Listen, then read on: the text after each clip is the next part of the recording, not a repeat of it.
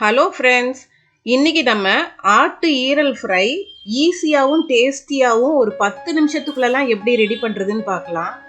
இப்போ இதுக்கு தேவையான பொருட்கள்லாம் என்னன்னு பார்த்துடலாம். ஆட்டு ஈரல் 1/4 கிலோ, பெரிய வெங்காயம் 1 நல்லா பொடியாக வெட்டி வச்சுருக்கேன், தேங்காய் துருவல் 1/4 கப்பு, மிளகுத்தூள், உப்பு, கருவேப்பிலை, எண்ணெய், கடுகு. வாங்க இப்போ எப்படி பண்ணுறதுன்னு பார்த்துடலாம். ஒரு கடாயில் ஒரு 2 ஸ்பூன் அளவுக்கு மட்டும் எண்ணெய் ஊற்றினா போதும். இதில் கடுகு, உளுத்தப்பருப்பு நம்ம பொரிய விட்டுடலாம். இப்போ இது கூட நம்ம பெரிய வெங்காயம் 1 பொடியாக வெட்டி வச்சிருக்கிறத போட்டு நல்லா வதக்கணும். கொஞ்சம் நிறம் மாறி வர நேரம் கருவேப்பிலையும் நம்ம சேர்த்துக்கலாம். நல்லா இந்த மாதிரி நிறம் மாறி வர்ற வரைக்கும் நல்லா வதக்கிக்கலாம். இப்போ இது கூட ஆட்டு ஈரலை நம்ம சேர்த்துருவோம். மீடியம் ஃப்ளேமில் வச்சே வதக்குங்க. இப்போ இதில் வேறு தண்ணி எதுவுமே சேர்க்க வேண்டாம். ஆட்டு ஈரல்ல இருந்தே தண்ணி ரிலீஸ் ஆகி வரும். இப்போ 1 நிமிஷத்துக்கு ஒருக்க அது மாதிரி கிண்டி விட்டு நம்ம மூடி வச்சு வேக வச்சுக்கலாம்.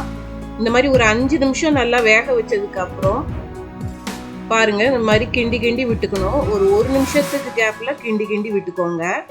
அதுக்கப்புறம் ஒரு 5 நிமிஷம் கழித்து நம்ம உப்பு சேர்த்துக்கணும். பாதி வெந்ததுக்கப்புறம் பாருங்கள், இந்த மாதிரி உப்பு சேர்த்துக்கணும்.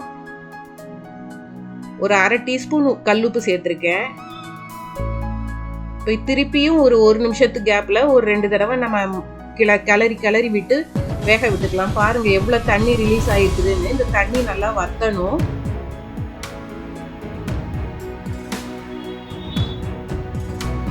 ஒரு 7லேருந்து 8 நிமிஷம் வரைக்கும் இந்த மாதிரி பரட்டி விட்டு மூடி வச்சு வேக வச்சு எடுத்துக்கணும்.